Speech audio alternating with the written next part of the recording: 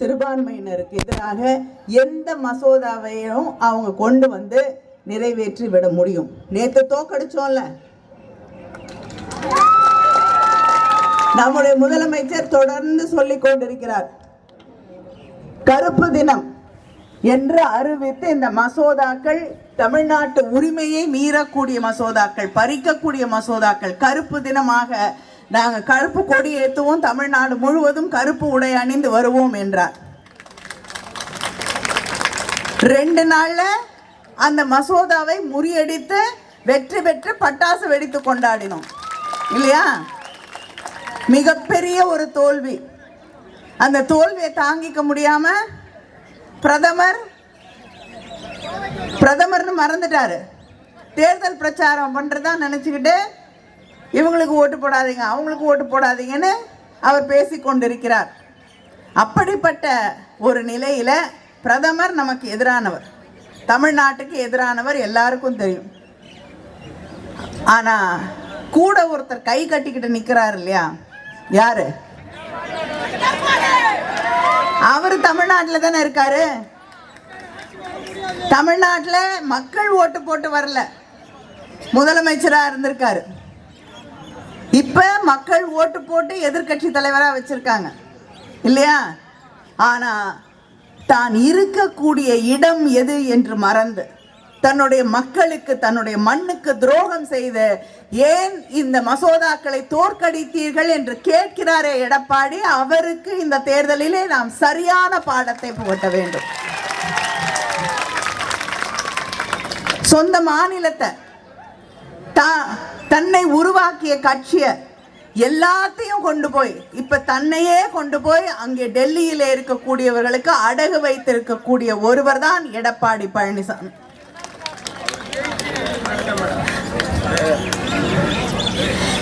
அவர் அப்ப ஜெயிச்சு வந்தாரா இல்லையாங்கிறது கேள்வி இல்லை, இனிமேல ஜெயிச்சு வரப்போறது இல்லை இல்லையா?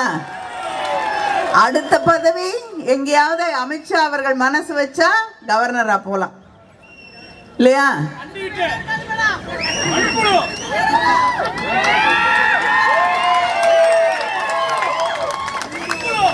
மண்புழு உரத்துக்கெல்லாம் பயன்படுத்துவாங்கல்ல, இவரை வச்சு என்ன செய்யறது? அதனால அதை விட்டுருங்க, அவரை பத்தி பேசி பிரயோஜனம் இல்லை. ஆனா அவர் யார் என்பதை நாம் அடையாளம் கண்டுகொள்ள வேண்டும். தமிழ்நாட்டு மக்களுக்கு, தமிழ்நாட்டு உரிமைகளுக்கு, இந்த மண்ணுக்கு எதிரான ஒருவர் என்பதை நாம் புரிந்து கொள்ள வேண்டும். புரிந்து கொண்டு இந்த தேர்தலிலே அந்த கூட்டணிக்கு நம்ம ஏமாத்தி, தமிழ்நாட்டு பெண்களை ஏமாத்தி ஒரு மசோதாவை கொண்டு வந்து நிறைவேற்றி விடலாம் என்று கனவு கண்டவர்களுக்கு நாம் சரியான பாடத்தை புகட்ட வேண்டும் இந்த தேர்தலிலே.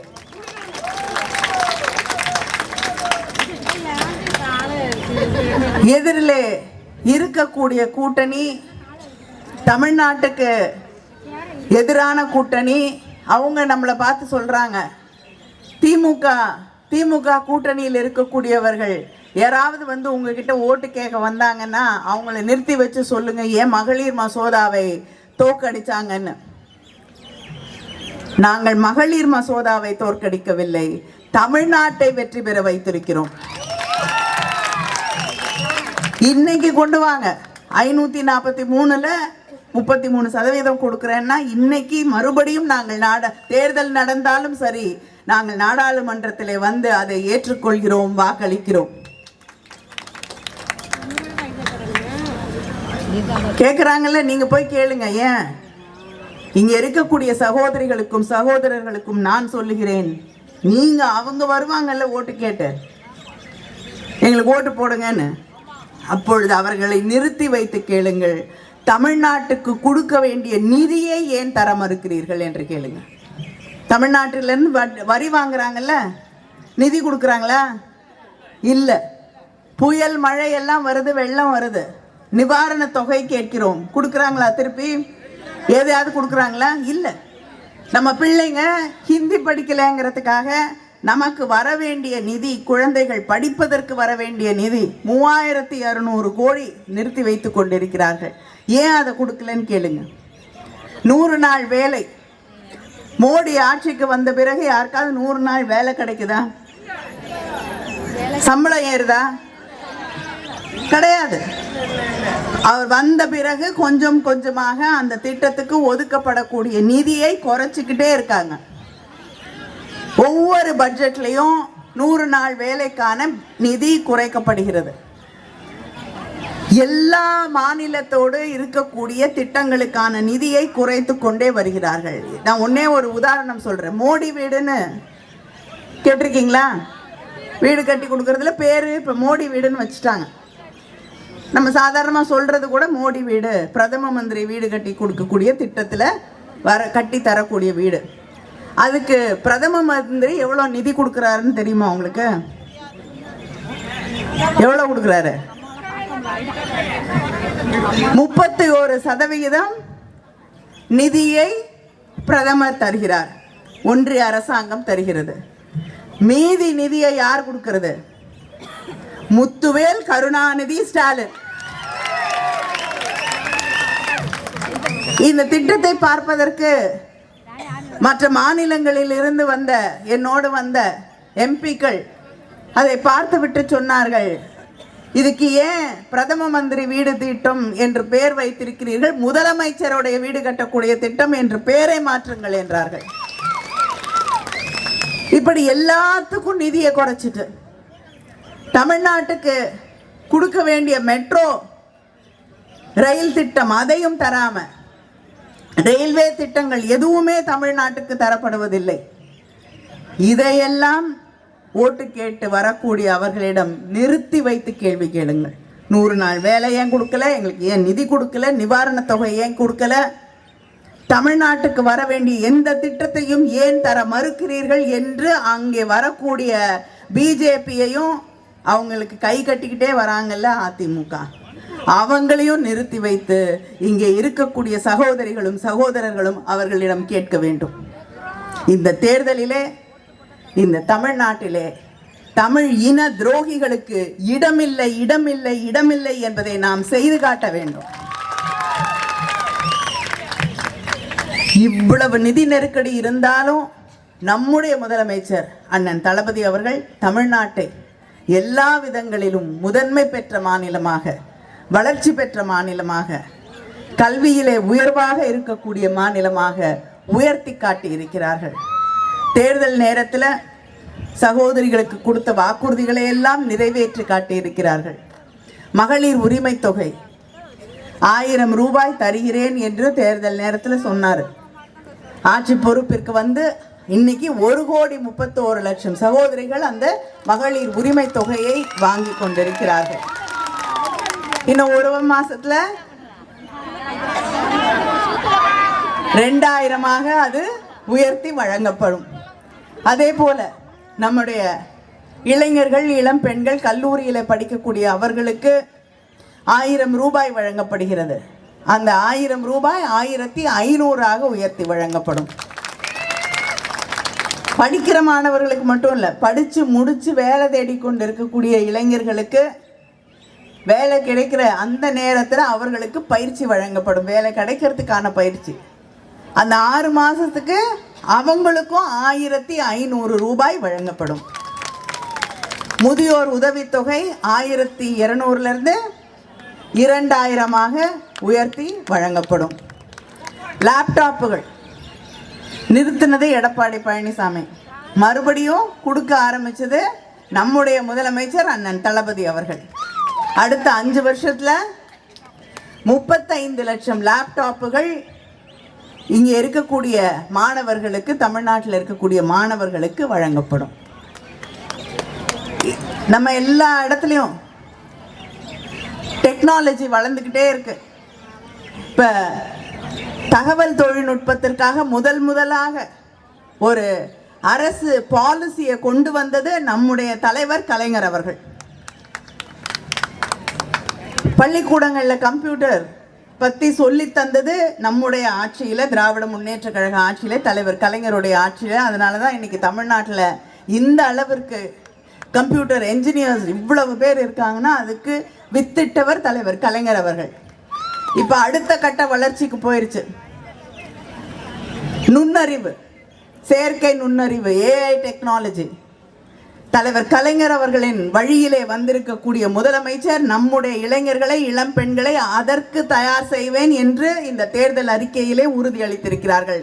எல்லா பாடத்திட்டத்திலும் எந்த துறையாக இருந்தாலும் அதில் ஏஐ டெக்னாலஜிக்கு நம்முடைய பிள்ளைகளுக்கு பயிற்சி வழங்கப்படும் என்று முதலமைச்சர் சொல்லியிருக்கிறார். இன்னைக்கு இருக்கக்கூடிய தலைமுறைக்கு மட்டும் இல்லை, இனிமேல் வரக்கூடிய தலைமுறையையும் தமிழன் ஆள வேண்டும் என்பதற்காக உலகத்தில் இருக்கக்கூடிய அத்தனை நாடுகளிலும் நம்ம பிள்ளைகள் எல்லா துறைகளிலும் தழைத்து ஓங்கி சிறக்க வேண்டும் என்பதற்காக நான் முதல்வன் திட்டம். மற்ற படிச்ச நிறைய எல்லா வாய்ப்புகளும் இருக்கக்கூடிய குடும்பங்கள் சில பேர் இருக்கும். அவங்களுக்கு என்ன படிக்கணும்னு மாமா சொல்லி தருவார், அத்தை சொல்லி தருவாங்க, அப்பா சொல்லி தருவாங்க, தாத்தா சொல்லி தருவாங்க இல்லையா? நமக்கு யார் சொல்லி தருவா? முதல் தலைமுறையாக படித்து விட்டு எத்தனை வருஷம் படிக்க வைக்கல, படிக்க விடலை. முதலாக படிச்சுட்டு வரக்கூடிய பிள்ளைங்களுக்கு சொல்லி தருவதற்கு என்ன படிக்கணும், எங்கே போய் படிக்கணும் சொல்லி தருவதற்கு யாரும் இல்லை. அந்த தாத்தாவாக, தந்தையாக, குடும்ப தலைவனாக உன் விரல் பிடித்து நான் உன்னை அழைத்து செல்கிறேன் என்று நான் முதல்வன் திட்டத்தை கொண்டு வந்தது நம்முடைய முதலமைச்சர், நம்முடைய அண்ணன் தளபதி அவர்கள். இன்னைக்கு தமிழ்நாடு முழுவதும் எத்தனையோ இளைஞர்கள், இளம் பெண்கள், சாதாரண குடும்பத்தில், விவசாய குடும்பத்தில், ஏன் செங்கல் சூளையில் வேலை செய்யக்கூடிய குடும்பத்திலேருந்து வரக்கூடிய பிள்ளைகள் இன்னைக்கு ஐஏஎஸ் அதிகாரிகளாக அந்த பரீட்சையை எழுதிட்டு பாஸ் பண்ணிட்டு அந்த ட்ரைனிங்க்கு போகும்போது எனக்கு 7500 ரூபாய் ஒரு இளைஞர் சொல்கிறார். எங்கள் அப்பா வாங்கின சம்பளத்தை விட தமிழ்நாடு அரசு நான் அந்த ட்ரைனிங் போவதற்காக கொடுத்த சம்பளம் அதிகம் என்று நம்முடைய வீட்டு பிள்ளைகள் படிக்க வேண்டும் என்ற அக்கறையோடு ஆட்சி நடத்தி கொண்டிருக்கக்கூடியது முத்துவேல் கருணாநிதி ஸ்டாலின் என்று நம்முடைய முதலமைச்சர் அவர்கள். இந்த நல்லாட்சி தொடர வேண்டும். இந்த பகுதியில் இருக்கக்கூடிய மக்களுக்காக திருவையாறு தொகுதியில் மட்டுமே நம்முடைய ஆட்சியில் பூதலூர், திருவையாறு ஒன்றியங்களில் உள்ள 214 ஊரக குடியிருப்பு பகுதிகளில் 233 கோடி மதிப்பில் கூட்டு குடிநீர் திட்டம் நிறைவேற்றப்பட்டுள்ளது. திருக்காட்டுப்பள்ளியிலே போக்குவரத்து நெரிசலை குறைக்கும் வகையிலே 52 கோடி மதிப்பீட்டில் 3 கிலோமீட்டர் நீளம் உள்ள புதிய புறவழிச்சாலை மற்றும் வெண்ணாற்றின் குறுக்கே உயர்மட்ட பாலம் அமைக்கும் பணிகள் நடைபெற்று முடியக்கூடிய தருவாயிலே இருக்கிறது. திருக்காட்டுப்பள்ளியிலே புதிய அரசு கலை கல்லூரி மற்றும் அறிவியல் கல்லூரி கட்டும் பணிகள் 25 கோடி நிதி ஒதுக்கீட்டில் நடைபெற்று வருகிறது. அடுத்து நம்முடைய ஆட்சி வந்தவுடன் புதிய கட்டளை உயர்மட்ட கால்வாயில 100 கன அடி நீர் செல்ல நடவடிக்கை எடுக்கப்படும். கல்லணையில காவேரி வெண்ணாறு புது ஆறு இணைக்கும் புதிய பாலம் அமைக்கப்படும். நெல் அதிகம் விளையும் பகுதிகளில் சைலோ ஸ்டோரேஜ் முறையில் தானிய சேமிப்பு கிடங்குகள் உருவாக்கப்படும். நெல்லுக்கு ஒரு குவிண்டாலுக்கு 3500 ரூபாய் விலை அதிகரித்து வழங்கப்படும். கரும்புக்கு 4500 ரூபாய். பால் விவசாயிகளிடமிருந்து அரசாங்கம் வாங்கக்கூடிய பால் லிட்டருக்கு 5 ரூபாய் அதிகமாக தரப்பட்டு வாங்கப்படும். இது எல்லாம் செய்து தருவதற்கு விவசாயிகளுக்கு புதிய மின் மோட்டார்கள் 20 லட்சம் விவசாயிகள் பயன்படக்கூடிய வகையிலே நம்முடைய முதலமைச்சர் அவர்கள் அந்த திட்டத்தை அறிவித்திருக்கிறார்கள். அதையும் செய்து தருவதற்கு சகோதரிகள், இங்கே இருக்கக்கூடிய சகோதரிகள் ஆவலோடு எதிர்பார்க்கக்கூடிய திட்டம் 8000 ரூபாய் கூப்பன்.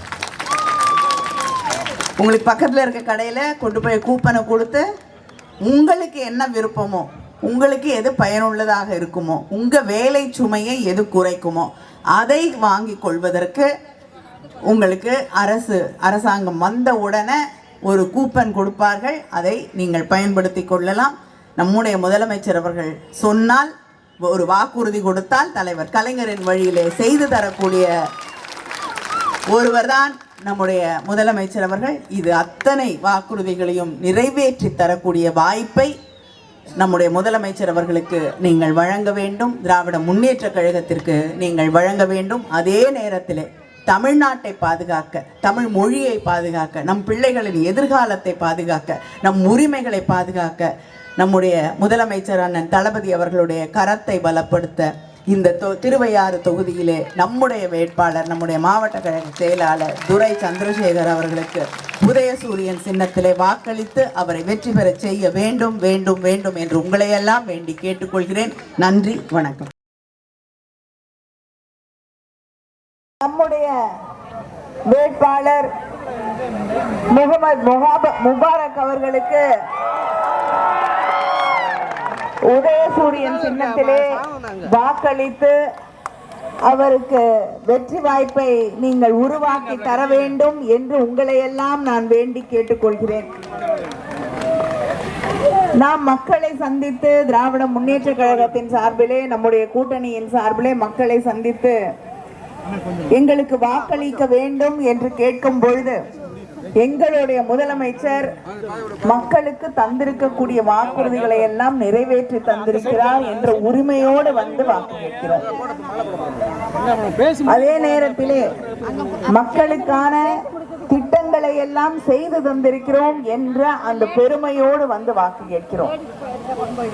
ஆனால் நமக்கு எதிரணியிலே இருக்கக்கூடியவர்கள் மக்களுக்கு எதையாவது செஞ்சிருக்காங்களான்னா தமிழ்நாட்டுக்கு துரோகத்தை தவிர வேற எதையும் செய்யவில்லை.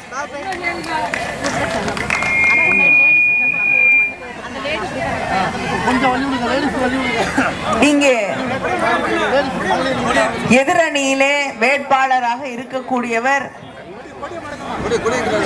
இந்த பகுதியிலே அமைச்சராகவும் இருந்திருக்கிறார்.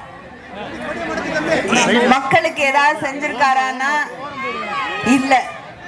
என்ன அமைச்சரா இருந்தாரு? சேமிப்பு கிடங்கு ஏதாவது கட்டி கொடுத்தாரா? இல்ல இல்ல இல்லையா? ஆனால் அதை செய்து தந்திருக்கக்கூடிய ஆட்சி நம்முடைய திராவிட முன்னேற்ற கழக ஆட்சி. அவங்க ஆட்சி பொறுப்புல இருந்த பொழுது சேமிப்புக்கு இடங்க செய்யல. அதை விட மோசம், ரேஷன் கடையில அரிசி வாங்கவே முடியாது, வாங்கி பயன்படுத்த முடியாது.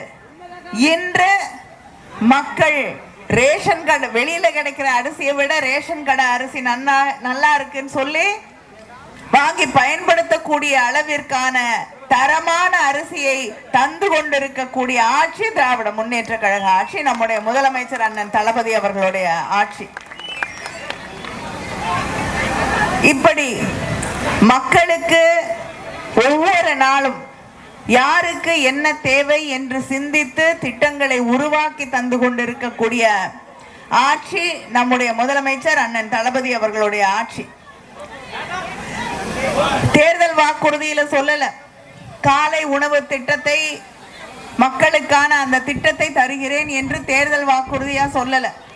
ஆனா நம்ம பிள்ளைங்க பசியோடு இருக்க கூடாது என்பதற்காக, மதியம் வரை உணவுக்காக காத்திருக்க கூடாது என்பதற்காக, தாய்மார்கள் குழந்தை காலையில பசியோட போச்சு மத்தியானம் வரைக்கும் காத்திருக்கணுமே என்று தவிக்க கூடாது என்பதற்காக காலை உணவு திட்டத்தை உருவாக்கி தந்த முதலமைச்சர் நம்முடைய முதலமைச்சர் அவர்கள். இப்பொழுது மறுபடியும் ஒரு மாதத்திலே திராவிட முன்னேற்ற கழக ஆட்சி, யாருக்கும் சந்தேகம் இல்லை, நிச்சயமா அமைய போவது நம்முடைய ஆட்சி இல்லையா?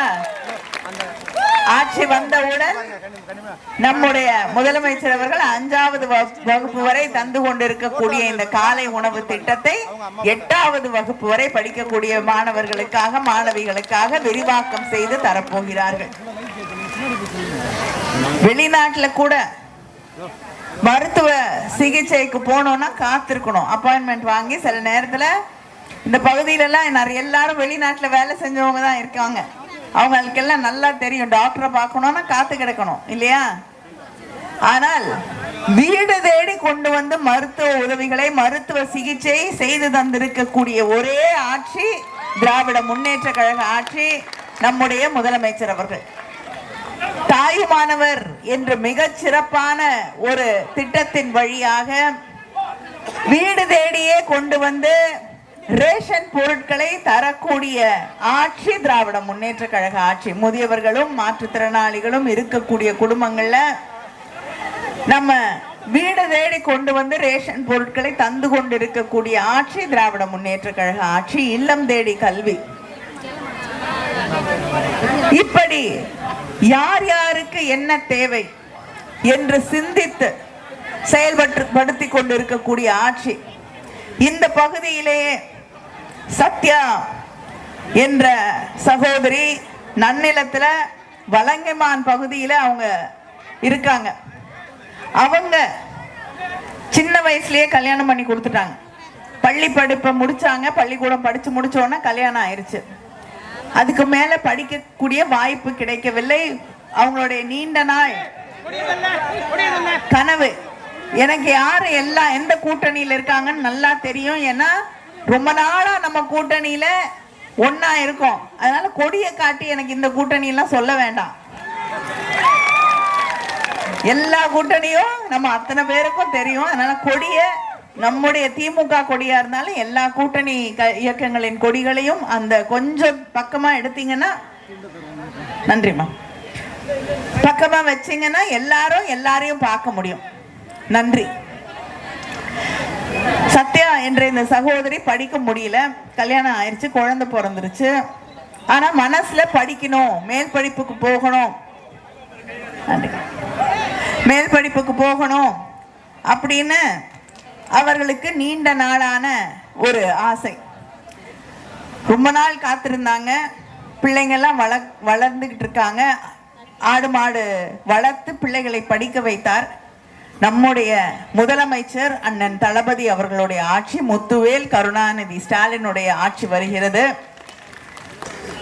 சகோதரிகளுக்கு அவர் தந்த தேர்தல் வாக்குறுதி 1000 ரூபாய் மகளிர் உரிமை தொகை தருகிறேன் என்று அந்த வாக்குறுதியை நிறைவேற்ற தொடங்குகிறார். அதே நேரத்திலே கல்லூரியில படிக்கக்கூடிய நம்முடைய வீட்டு பிள்ளைகள் முதல்ல பெண்களுக்காக அந்த திட்டத்தை தொடங்குகிறார்கள். புதுமை பெண் திட்டம் 1000 ரூபாய் கல்லூரியில படிக்கக்கூடிய அந்த பிள்ளைகளுக்கு தருகிறார்கள். அப்பொழுது சத்யா என்ற சகோதரியுடைய மகன் அங்க இருக்கக்கூடிய நன்னிலத்தில் இருக்கக்கூடிய பாலிடெக்னிக்ல படிக்க போறாரு. சத்யாவுக்கு 17 ஆண்டுகளுக்கு பிறகு தானும் படிக்க வேண்டும் என்ற ஆசை. நம்முடைய முதலமைச்சர் அவங்களுக்கு 1000 ரூபாய் உரிமை தொகை தருகிறார். மேல் படிப்புக்கு போனா அதுக்கு ஒரு 1000 ரூபாய். இத்தனை நாளாய் நடக்குமா என்று நினைத்து கொண்டிருந்த அந்த கனவு நிறைவேற தொடங்குகிறது. தானும் தன்னுடைய மகன் படிக்கக்கூடிய கல்லூரியிலே அதே வகுப்புல படிக்க ஆரம்பிக்கிறாங்க.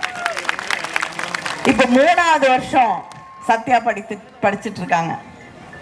இப்படி எத்தனையோ கனவுகளை நிஜமாக்கி தந்திருக்கக்கூடிய ஆட்சி திராவிட முன்னேற்ற கழக ஆட்சி, நம்முடைய திராவிட மாடல் ஆட்சி. இந்த ஆட்சி தொடர வேண்டும், தொடரும். ஏனென்றால் எதிரிலே நிற்கக்கூடியவர்களுக்கு தமிழ்நாட்டுக்கு எதையும் செய்ய வேண்டும் என்ற எண்ணம் கிடையாது. அது பிஜேபியா இருக்கட்டும், அதிமுகவா இருக்கட்டும், தமிழ்நாட்டுக்கு துரோகம் செய்வது மட்டும்தான் அவர்களுக்கு தெரிந்தது. முந்தா நாள் நாடாளுமன்றத்தில் ஒரு மசோதாவை கொண்டு வருகிறார்கள். என்ன மசோதா? பெண்களுக்கு இடஒதுக்கீடுன்னு சொல்லி ஒரு மசோதாவை கொண்டு வராங்க. சொன்னது பெண்களுக்கு மகளிர் மசோதா இடஒதுக்கீடு 33% சொல்லி கொண்டு வராங்க. ஆனா உண்மையிலேயே வெளியில சாயம் தான், கலர் தான், மேக்கப் தான், வேஷம் தான் மகளிர் மசோதா. உண்மையிலேயே அதுக்கு பின்னாடி இருக்கிறது தொகுதி மறுசீரமைப்பு. தொகுதி மறுசீரமைப்புனா தமிழ்நாட்டில் இருக்கக்கூடிய தொகுதிகளை குறைப்பது. இல்லைன்னா வடநாட்டில் அவங்களுக்கு ஓட்டு போடுற மாநிலங்களில் இருக்கக்கூடிய தொகுதியெல்லாம் அதிகரித்து தமிழ்நாட்டில் இருக்கக்கூடிய தொகுதிகளை விட மிக அதிகமாக அதை மாற்றி இப்போ 543 தொகுதி இருக்கு, நாடாளுமன்ற உறுப்பினர்கள் இருக்காங்க. அதுல 33% கொடுங்கன்னு நம்ம சொல்றோம், திமுக சொல்லுது, நம்ம கூட்டணி சொல்றோம். அதுல கொடுக்க முடியாது, நாங்க அதை 850 மாத்தி கொடுக்குறோங்கிறாங்க. அதை 850 மாற்றினால் அங்க 544 தான் அவங்களுக்கு பெரும்பான்மைக்கு தேவை.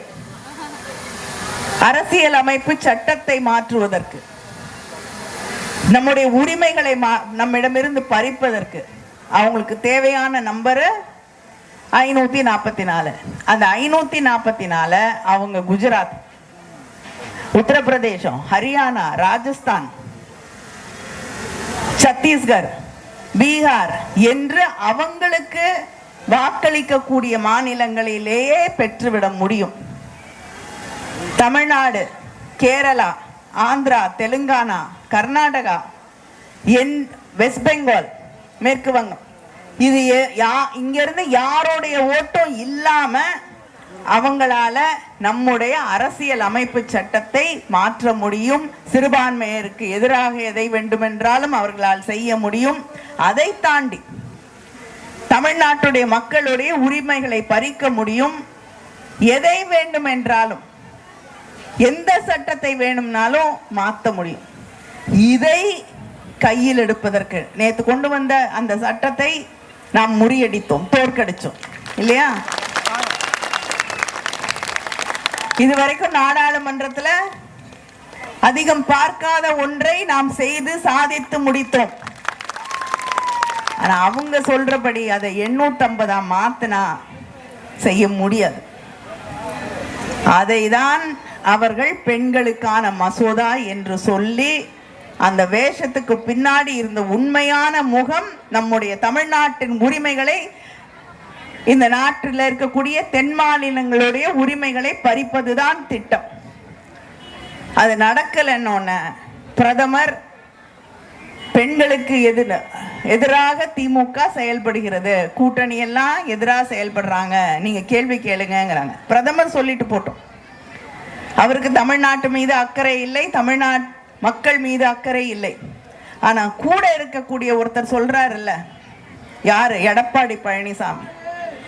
தமிழ்நாட்டுக்கு எதிராக கொண்டு வரக்கூடிய, தமிழ் மக்களுக்கு எதிராக மாறக்கூடிய தொகுதி மறுசீரமைப்பை விட்டுட்டீங்களே என்று பிரதமருக்கு மேல அதிகமா புலம்பக்கூடிய எடப்பாடி யார் என்பதை நாம் அடையாளம் கண்டுகொள்ள வேண்டும்.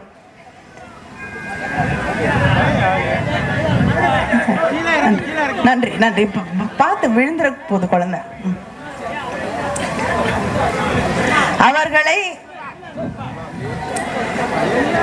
அவர்களை நாம் அடையாளம் கண்டுகொள்ள வேண்டும்.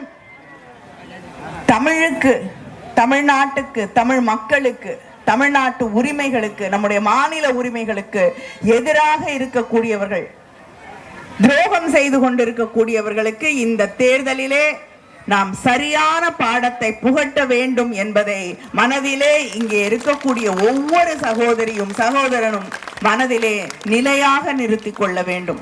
இதை நாம் இந்த தேர்தலிலே சூளுரையாக எடுத்துக்கொள்ள வேண்டும். இவங்களுக்கு தமிழ்நாட்டில் இடம் இல்லை இல்லை இல்லை என்பதை நாம் உறுதி செய்ய வேண்டும். நம்முடைய முதலமைச்சர் அவர்கள் இந்த பகுதியில் இருக்கக்கூடிய மக்களுக்காக நான் சொன்னது போல தானிய சேமிப்பு கிடங்கை உருவாக்கி தந்திருக்கிறார்கள். கண்டியூர் ஊராட்சி பகுதியில் நரசிங்கமங்கலம் மற்றும் மாத்தூர் கிராமங்களை இணைக்கும் புதிய பாலத்தை 10 கோடி மதிப்பீட்டில் கட்டி தந்திருக்கிறார்கள். நல்லிலம் பகுதியில் உள்ள அரசு கலை மற்றும் அறிவியல் கல்லூரியில் 3 கோடி மதிப்பீட்டில் மகளிர் விடுதி கட்டி தரப்பட்டிருக்கிறது. வலங்கமான் பைபாஸ் ரோடு அமைக்கப்பட்டிருக்கிறது. நன்னிலம் ஒன்றியத்திலே திருவாஞ்சியம் ஊராட்சி பகுதியில் 1,55,00,000 மதிப்பீட்டில் ஆரம்ப சுகாதார நிலையம் அமைக்கப்பட்டுள்ளது. பூந்தோட்டம் ஊராட்சி பகுதியில் 65 லட்சம் மதிப்பீட்டில் அரசு ஆரம்ப சுகாதார நிலையம் அமைக்கப்பட்டிருக்கிறது.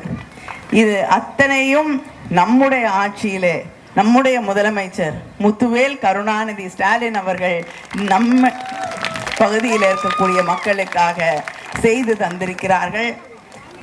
நம்முடைய ஆட்சி மறுபடியும் 1 மாதத்திலே வந்தவுடன் நெல் சேமிப்பதற்காக இன்னொரு கிடங்கு, ஆனால் இது சைலோ முறையில் சேமிப்பதற்காக அதையும் உருவாக்கி தர இருக்கிறார்கள். நெல் மற்றும் பூக்கள் போன்ற விளைபொருட்களை பதப்படுத்தவும் சந்தைப்படுத்தவும் சிறப்பு வேளாண் தொழில் பூங்கா இந்த பகுதியிலே அமைக்கப்படும்.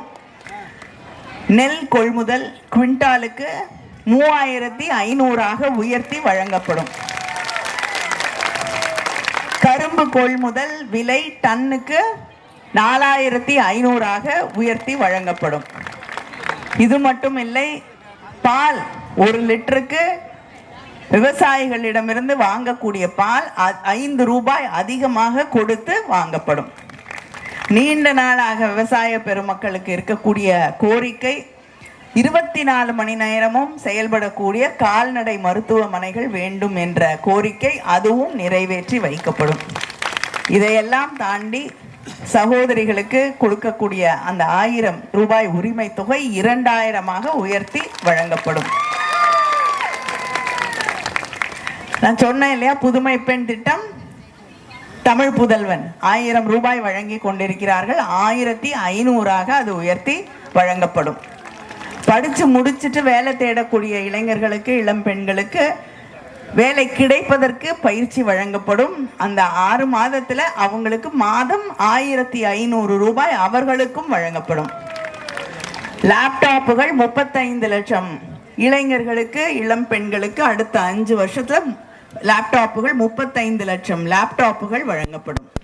நம்முடைய விவசாயிகளுக்கு மின் மோட்டார்கள் 20 லட்சம் விவசாயிகளுக்கு மேல் பயன்படக்கூடிய வகையிலே அவர்களுக்கு மின் மோட்டார்கள் வழங்கப்படும்.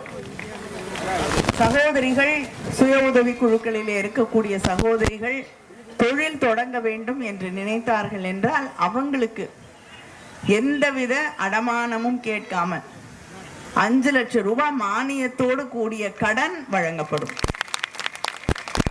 இதையெல்லாம் செய்து தரக்கூடிய வாய்ப்பை நீங்கள் எங்களுக்கு வழங்க வேண்டும். அதே நேரத்திலே தமிழ்நாட்டை, தமிழ் மொழியை, நம்முடைய சுயமரியாதையை பாதுகாக்கக்கூடிய வகையிலே நம்முடைய முதலமைச்சர் அண்ணன் தளபதி அவர்களுடைய கரத்தை நீங்கள் பலப்படுத்த வேண்டும். எல்லாரும் ரொம்ப ஆர்வத்தோடு எதிர்பார்க்கிறாங்க. சொல்றேன்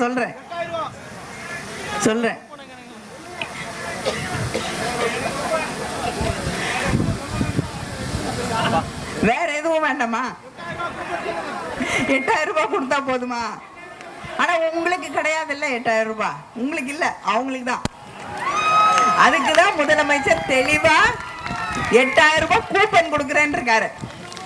ஆட்சிக்கு வந்த பிறகு அரசு உங்களுக்கு ஒரு கூப்பன் கொடுக்கும். 8000 ரூபாய்க்கான கூப்பனை ஆட்சிக்கு வந்த பிறகு அந்த கூப்பனை அரசு உங்களுக்கு, அரசாங்கம் உங்களுக்கு வழங்கும். அந்த கூப்பன்ல நீங்க உங்களுக்கு பிடிச்ச கடைக்கு போய் உங்களுக்கு என்ன தேவையோ, உங்களுடைய வேலை சுமையை குறைப்பதற்கு நீங்க எதை தேர்ந்தெடுத்துக்கிறீங்களோ அதை வாங்குவதற்கு 8000 ரூபாய்க்கான கூப்பனை முதலமைச்சர் அவர்கள் வழங்க இருக்கிறார்கள். எப்படி நம்ம தலைவர் கலைஞர் அவர்கள் சகோதரிகளுக்கு சமையல் வேலை சீக்கிரம் முடியணுங்கிறதுக்காக 2 பர்னர் இருக்கக்கூடிய கேஸ் ஸ்டவ் கொடுத்தாரு. அதே போல இன்று நம்முடைய முதலமைச்சர் அண்ணன் தளபதி அவர்கள் அந்த 8000 ரூபாய்க்கான கூப்பனை வழங்க இருக்கிறார்கள். நிறைய பேர் சொல்றாங்க, ஏன் கூப்பன் கொடுக்குறாங்க காசு கொடுக்கலன்னு, பேங்க்ல காசு போட்டா பேலன்ஸ் கம்மியா இருக்குன்னு சொல்லி அதையும் அங்க வாங்கிடுறாங்க டெல்லியில இல்லையா? அதுல இருந்து பாதுகாக்க நம்மளே எடுத்து வேற ஏதாவது செலவுக்கு பண்ணிடுவோம், அப்புறம் வருத்தப்படுவோம். அதுல இருந்து பாதுகாக்க முதலமைச்சர் அவர்கள் 8000 ரூபாய்க்கான கூப்பனை இந்த சகோதரிகளுக்கு தருகிறேன் என்று சொல்லியிருக்காங்க. வண்ண தொலைக்காட்சி பெட்டி கொடுத்தவர் தலைவர் கலைஞர் அவர்கள். அவரது மகன் நம்முடைய முதலமைச்சர் அண்ணன் தளபதி அவர்கள் சொன்ன சொல்லை, மக்களுக்கு தந்திருக்கக்கூடிய வாக்குறுதிகளை நிறைவேற்றி தரக்கூடியவர். அதனால் அவரது கரத்தை பலப்படுத்த நம்முடைய வேட்பாளர் முகமது முபாரக் அவர்களுக்கு உதயசூரியன் சின்னத்திலே வாக்களித்து அவரை வெற்றி பெற வேண்டும், வைக்க வேண்டும் வேண்டும் வேண்டும் என்று உங்களையெல்லாம் வேண்டி கேட்டுக்கொள்கிறேன். நன்றி, வணக்கம்.